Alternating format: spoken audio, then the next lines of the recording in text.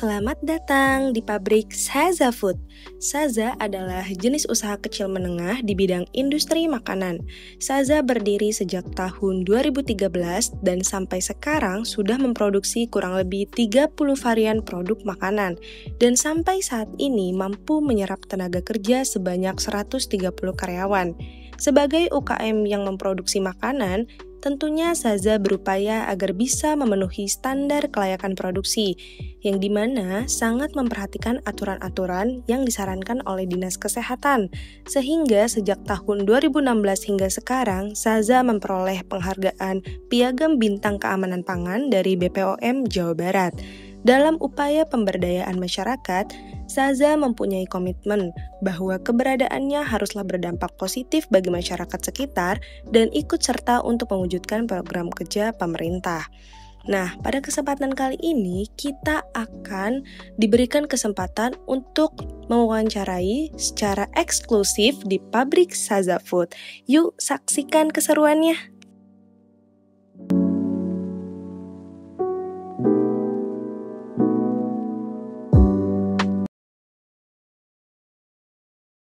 Halo teman-teman, jadi pada kesempatan kali ini kita udah bersama dengan Bunda Erni, sebagai pemilik pabrik Cireng Saza ya Bunda. Ya. Oke. Jadi kita langsung saja boleh ajukan pertanyaan. Boleh, silakan. Ini terkait dengan kebijakan moneter. Pertanyaan pertama sih, kira-kira nih inflasi yang terjadi saat ini pengaruhnya apa sih Bun terhadap produksi di Cireng Saza itu sendiri? Oke. Inflasi itu kan berpengaruh kepada kenaikan harga ya. Jadi secara biaya operasional dengan kenaikan harga itu kan otomatis berarti mempengaruhi nilai jual. Nah, tetapi pada saat nilai jual itu tinggi, tapi daya beli masyarakat turun, gitu kan? Nah, berarti pastinya tentu inflasi itu berpengaruh. Jadi nonsen kalau ada yang bilang, oh tidak berpengaruh. Cuman kalau saja itu kan karakteristik usahanya itu adalah lebih kepada pemberdayaan masyarakat. Jadi kita profit oke, tapi tidak oriented, ya kan? Jadi artinya ketika inflasi itu naik, nah daya beli masyarakat menurun, terus nilai jualnya itu tinggi, kita hanya mempengaruhi itu di omset. Jadi omset kita itu otomatis turun, jadi minim ya. Jadi sejauh ini sih dibilang rugi enggak, tetapi otomatis itu berpengaruh kepada pendapatan. Oke. Kalau begitu kira-kira ada seperti gimana cara menghadapinya si Cireng Saza ini? Ya, karena kita adalah concernnya di pemberdayaan masyarakat, sementara saingan kompetitif produk cireng yang sejenis juga banyak. Jadi kalau kita naikin harga itu agak-agak danger gitu loh, bukan agak-agak beresiko. Akhirnya kita mencoba membuat inovasi produk. Yang kalau ada inovasi produk, misalnya gini, orang itu jadi tidak ada pembanding kan. Misal, aku mau ke Saja aja, soalnya di Saja nggak hanya cireng original doang, tapi di situ juga ada cireng keju, ada pempek cireng. Nah, jadi ketika masyarakat itu pengen beli, ketika kita inovasi produk itu, Saja menjadi sebuah pilihan buat mereka karena di tempat lain tidak ada produk itu. Gitu. Itu salah satunya. Bagaimana cara mengatasi itu, karena kan kita tidak bisa mau nggak mau harus berdamai lah dengan keadaan kan. Nah, sementara naikin harga juga bukan sesuatu yang bagus juga gitu, beresiko juga gitu. Karena kan sekarang itu orang kita itu ibaratnya selisih 500 perak aja tuh bisa dikejar kan gitu. Nah, akhirnya bagaimana caranya untuk menghadapi ini, berarti Bunda dengan tim mencoba untuk inovasi produk. Makanya di Saja itu sekarang sudah ada 30 varian produk selain cireng saja. Itu salah satunya. Ini pertanyaan kedua. Oke, pertanyaan kedua ini kalau misalnya Bank Indonesia menaikkan atau menurunkan suku bunga, itu berpengaruh gak sih ke operasional pabrik yang misalnya harganya jadi lebih mahal atau susah cari karyawan baru? Gitu. Karena memang kita tidak bergantung dengan pemerintah. Kita tuh makanya gini, banyak banget yang tumbang tuh perusahaan justru bukan UMKM, tapi perusahaan-perusahaan besar yang dampak inflasi yang luar biasa itu justru perusahaan-perusahaan besar. Contoh misalnya swalayan yang nggak disebutin namanya ya, swalayan tiba-tiba gulung tikai. Karena mereka itu itu ngaruh banget gitu loh inflasi itu. Tetapi karena karakteristik Saja itu adalah UMKM, nah justru UMKM ini yang masih lebih kuat dibanding para pedagang company yang besar gitu.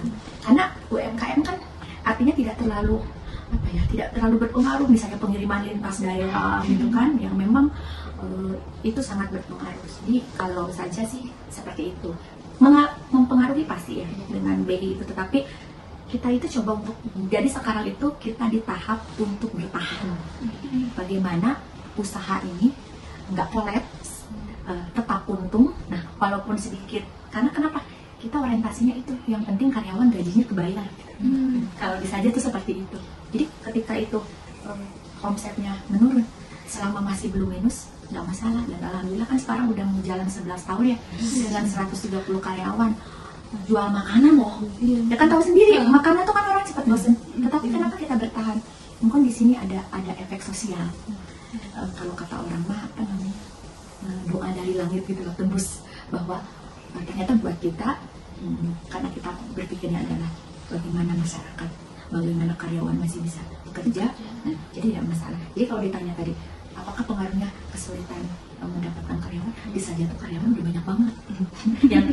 yang kita lakukan bisa adalah mempertahankan karyawan itu, dan alhamdulillah karena di Saja itu salah satu kita penggajiannya itu adalah adil. Jadi gini, bukan sistemnya gaji pokok. Kalau gaji pokok itu yang tim manajemen. Jadi tim produksi itu ketika produk naik banyak, mereka juga gajinya besar. Ketika produknya sedikit, mereka juga sedikit. Jadi beban mereka juga. Jadi akhirnya gini, sama-sama ikhlas. Ketika naik mereka senang, ketika turun mereka ikhlas karena sama-sama merasakan dampaknya seperti itu. Jadi penjualan itu ngaruh ke gaji karyawannya. Ya betul. Jadi ketika, nah makanya bagaimana caranya untuk kita upayakan, yaitu kita selling produknya digencarkan, media sosialnya dikembangkan supaya kita sebanyak-banyaknya mendapatkan seller konsumen. Nah, ya kalau konsumennya bertambah, otomatis produksinya naik, karyawan juga naik. Gitu. Ya, tentunya. Oke. Oke, ini seputar pertanyaan dari kebijakan moneter akan dilanjutkan pada pertanyaan selanjutnya oleh teman-teman saya. Terima kasih Bunda. Ya baik, pertanyaan sebelumnya itu kan tadi kebijakan moneter yang dibahas ya Bunda.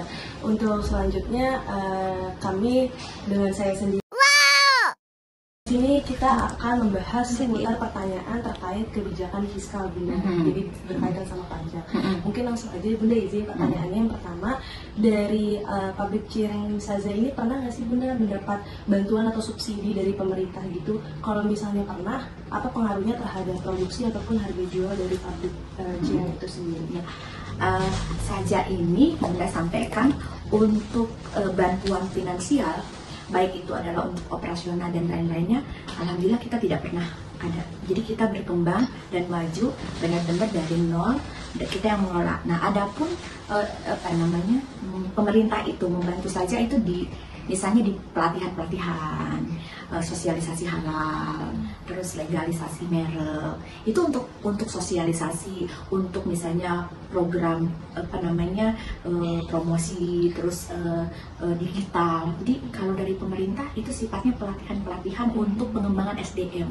Tapi kalau dananya sendiri itu kayaknya kita tidak ya. Tetapi misalnya ada pameran di sini. Nah, dinas memberikan peluang nih buat Saja untuk mempromosikannya, itu ada. Jadi kalau kesempatan pelatihan, kesempatan promo, misalnya ada pelatihan digital marketing, pelatihan kemasan dan lain-lain, itu kita dapat. Tetapi yang sifatnya langsung kepada menunjang pembiayaan, kita nggak dapat ya. Entah nggak dapat info atau memang kita juga tidak mau ikut. Karena memang pelaporannya tuh biasanya kan kayak misalnya Bunda juga di sekolah ada bantuan BOP, tapi kan kitanya harus dituntut untuk ini. Nah, tapi kalau pengembangan itu dari sendiri, nah itu kita bisa bebas. Apalagi Bunda sendiri kan bukan perusahaan yang PT gitu, yang ada lain selain ini adalah perusahaan bunda sama ayah berdua gitu kan, dan melibatkan karyawan. Nggak seperti itu. Jadi kita belum ya untuk itu. Tapi bantuan pemerintahan yang lain terkait perkembangan saja seperti tadi legalitas, pengembangan SDM, pelatihan untuk menunjang komersil itu kita dapat. Dari kayak bantuan-bantuan pemerintah semacam pelatihan dan promosi dan lain sebagainya itu sangat berpengaruh nggak sih Bun sama mungkin dari produksinya Saza ke depannya? Iya, sangat berpengaruh karena misalnya gini, ada pelatihan digital marketing. Nah, Bunda kirim tim kan. Nah, mereka setelah pelatihan itu mereka mengaktualkan di Saza. Nah, kayak seperti kita kelola IG, sebelumnya itu kita ada optimalisasi media sosial. Nah, jadi akhirnya lagi-lagi kita bisa meningkatkan promosi, ya kan, dan memperkenalkan produk kita. Jadi berpengaruh otomatis kan kalau orang kenal produk kita, tahu produk kita, ujung-ujungnya mereka akan beli produk kita, berarti berpengaruh terhadap kenaikan omset, penjualan dia. Baik, mungkin selanjutnya akan diberi pertanyaan oleh teman saya. Selanjutnya ada pertanyaan yang kedua, yaitu apakah kebijakan pajak saat ini yang diberikan oleh pemerintah itu berpengaruh kepada harga biaya Cireng Saza ini ataupun biaya operasional pabrik yang ada saat ini? Ya, pastinya berpengaruh, beda banget ya. Karena kayak misalnya contoh di swalayan, jadi harga masuk ke swalayan itu dikenakan pajak 11%, otomatis pajaknya kan ditanggung. Ya ditanggung sama konsumen, ya kan?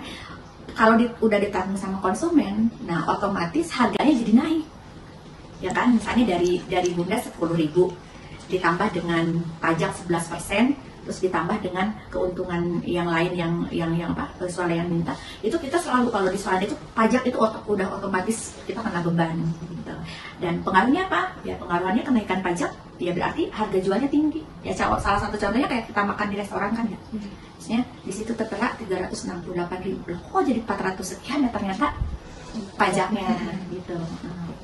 Ya itu pasti ada pengaruhnya. Tapi kan biaya pajak itu sudah kita kalkulasikan sehingga jatuh di HPP harga dasarnya sudah termasuk pajak. Walaupun pada akhirnya kenaikan pajak ya pastinya berpengaruh kepada harga jual. Kalau harga jualnya tinggi dan Bunda belum siap, otomatis omsetnya turun. Itu aja sih.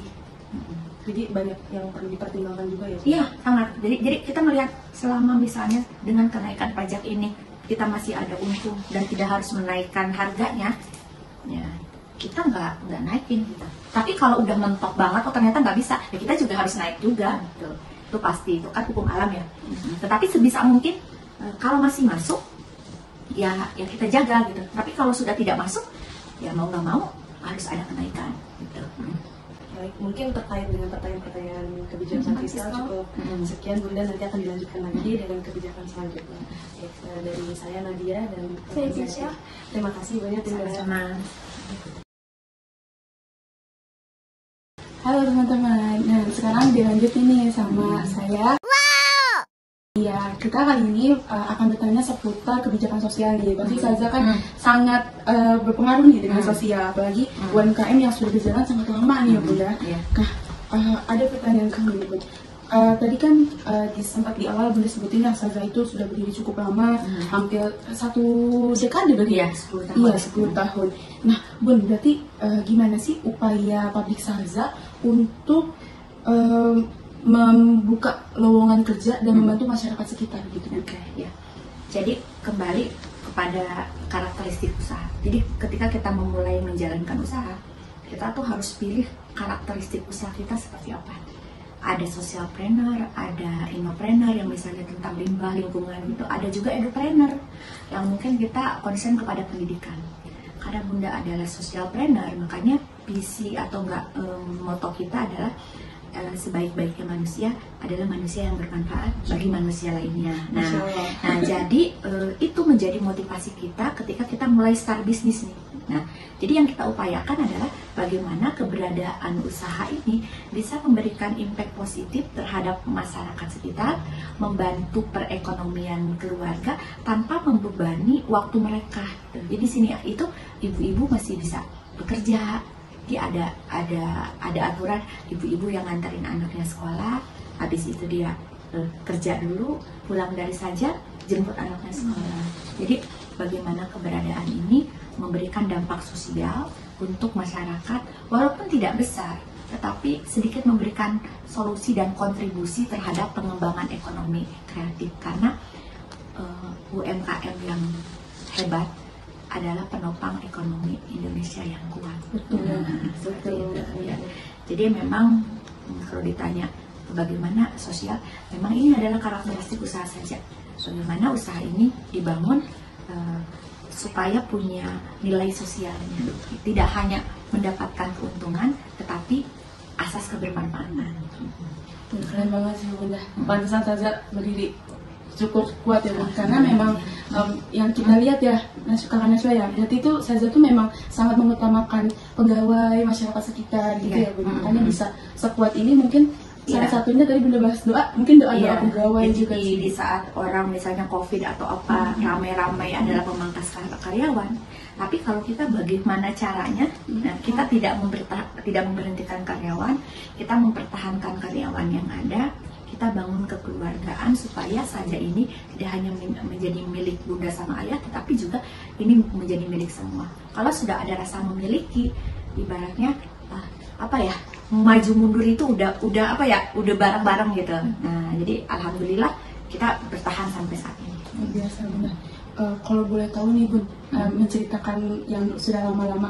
Kalau boleh tahu awal pertama pegawai Saza itu ada berapa Bun sampai sekarang ada 130 orang itu? Pertama itu Bunda melibatkan keluarga, adik, ya, kakak, terus kemudian tetangga sekitar nih, tambah 2 orang, 4 orang.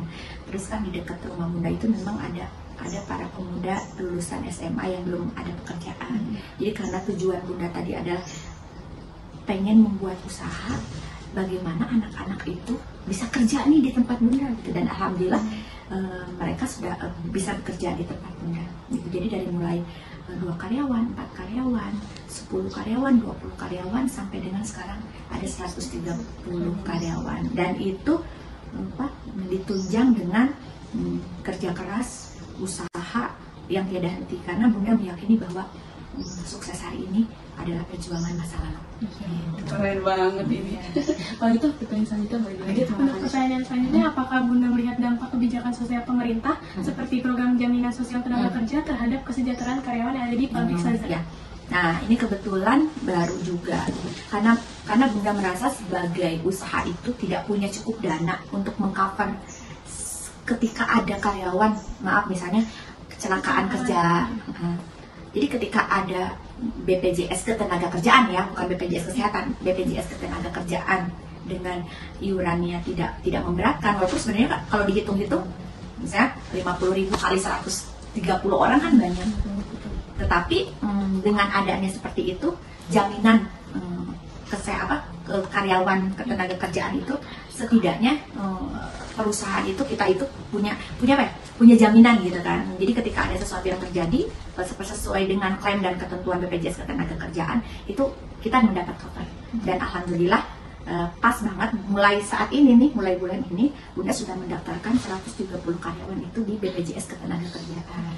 Jadi kalau ada sesuatu terjadi, entah itu kecelakaan kerja, entah itu memang meninggal, yang alhamdulillah itu sudah ada klaim-klaimnya yang setidaknya ada yang bisa Bunda berikan gitu. Menjamin kesejahteraan. Jadi kalau ditanya bagaimana itu berpengaruh nggak? Berpengaruh ya, programnya itu berpengaruh karena kan tujuannya kan memang gotong royong ya, kayak BPJS Kesehatan gitu. Nah, jadi kalau kebijakan itu insya Allah memberikan dampak manfaat untuk kesejahteraan. Jadi ada poin penambahan walaupun gaji misalnya nggak naik, tapi fasilitasnya ditambah dengan ada tunjangan ke BPJS Ketenagakerjaan itu. Oke, mungkin itu aja pertanyaan dari kebijakan sosial, dan sebelumnya juga udah dijelaskan juga mengenai kebijakan moneter dan fiskal. Mungkin cukup sekian sih. Terima kasih banyak Bunda. Terima kasih sudah meluangkan waktunya untuk kita. Kita belajar banyak banget nih teman-teman sih. Keren banget. Ya, jadi kalau mau dibilang closing statement ya, bahwa jangan pernah tanyakan usaha apa yang paling baik, karena usaha yang paling baik itu adalah usaha yang dimulai, bukan yang ditanyain terus. Benar nggak? Benar. Kemudian bagi para pelaku usaha yang sudah punya usaha, jangan berhenti produksi, jangan lelah promosi, jangan capek jualan. Nah, itu jadi mudah-mudahan keberadaan Saza ini sesuai dengan visi misinya bisa memberikan manfaat dampak positif bagi masyarakat sekitar dan juga bagi kita nih para pelaku usaha yang baru mau memulai usaha.